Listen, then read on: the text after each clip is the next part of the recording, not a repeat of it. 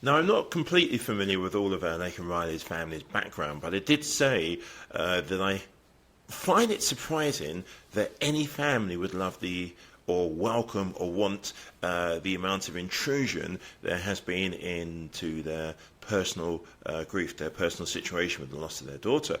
And also that it was being used as a political football, that people like Marjorie Taylor Greene, Diaper Don, etc., when in 2 or 3 weeks' time, when the news cycle has moved on, wouldn't be calling up, wouldn't be saying her name, wouldn't be posting pictures, wouldn't be using every single media opportunity to exploit the death of somebody for personal political gain.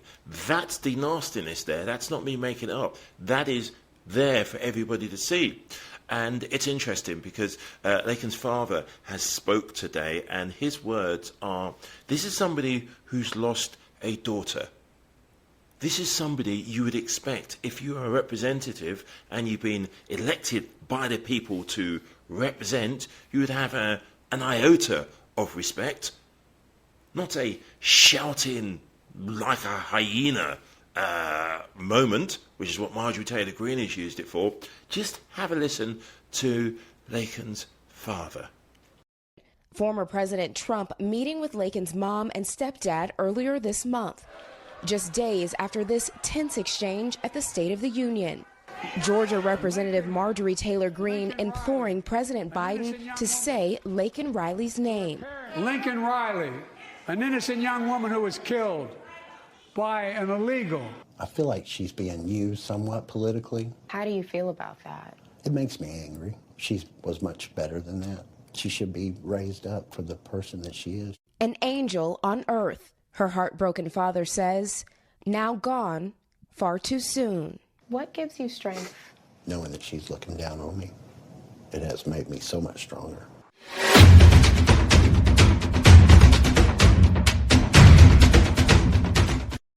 The other breaking story this Monday, the 18th of March, 2024, is that the former guy, Diaper Don, is broke. He can't pay his $464 million bond. He really doesn't have the money. Now, I suspect one of the reasons they're pushing the story is to try and raise funds. But even if they raise funds, I don't believe that the MAGAs are randomly going to come up with $464 million in the next few hours or so. If they've got that sort of money, why the hell are they pouring it down the drain? And it's interesting because the Trump sons have constantly gone on and on and on about their dad being a billionaire, a trillionaire. The other thing I would add before we go to the report, to give you the details on exactly why Trump is now broke, is Melania Trump. Now, there has been so many stories about Melania Trump having a prenup, etc., etc.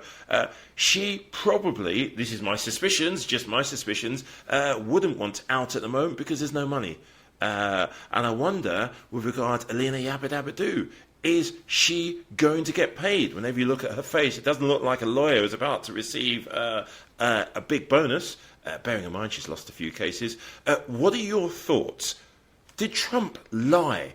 Was he ever a billionaire, a trillionaire? And what, in your opinion, happens next? Now, clearly, they're going for the smallest violin possible. That is going to be the Trump card there. I'm not good this Monday, sorry. That's the lane they'll attempt to go down. But right now, we'll enjoy the moment that Trump is, well, he's broke.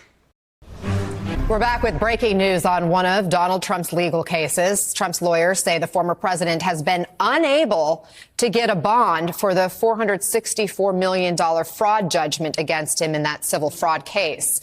Back with us now, Catherine Christian, former assistant Manhattan district attorney and MSNBC legal analyst. So, Catherine, Trump's lawyers write in a recent filing here that getting the judgment's full amount in a bond is a practical impossibility. They say they have tried to approach about 30 surety companies through 4 separate brokers and cannot get a bond for this amount.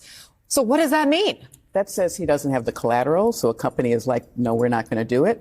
And what it means, unless the appellate court, in New York is called the appellate division, grants him a stay until after the appeal is done to pay, Attorney General James has said she's going to go into court, and so he has until March 25th, and she's going to request that his assets start being seized. Properties, liquid assets. So that's going to happen if he doesn't get the stay, and he has to pay, because that's what the Attorney General said she's going to do if he doesn't come up with the bond or the money. On the subject of taxes, as you know, the New York Times has obtained, it says, years of your tax returns, among other things. It says that you have debts of approximately $421 million that you have personally guaranteed and that will come due in the next 4 years. The question is, on behalf of voters, who do you owe $421 million to? First of all, let me answer. What they did is illegal, number one. Also, the numbers are all wrong with the numbers they released. And just so you understand, when you have a lot of real estate, I have real estate, you know a lot of it, okay? Right down the road, Doral. Big stuff, great stuff.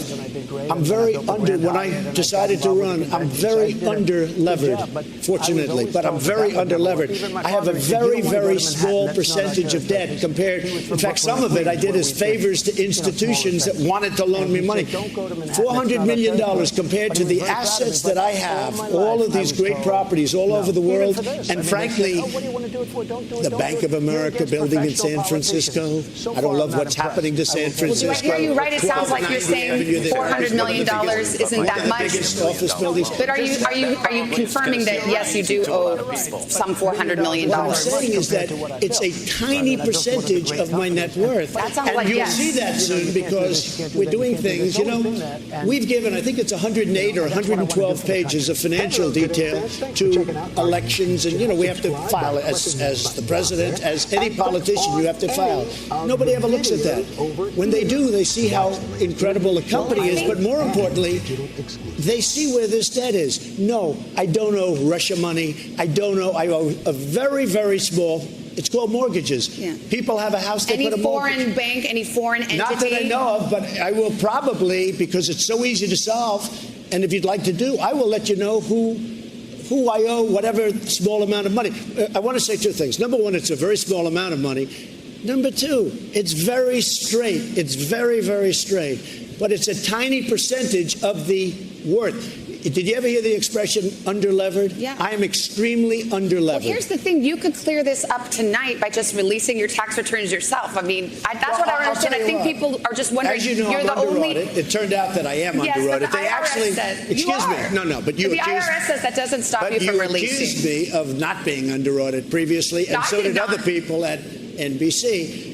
And I am under audit. So that was solved. That's good. I am under audit. No person in their right mind would release prior to working out the deal with the IRS. And I'll go a step further. I'm treated very badly by the IRS. They treat me very, very badly. You have people in there from previous administrations. They treat me very badly. But we're under audit.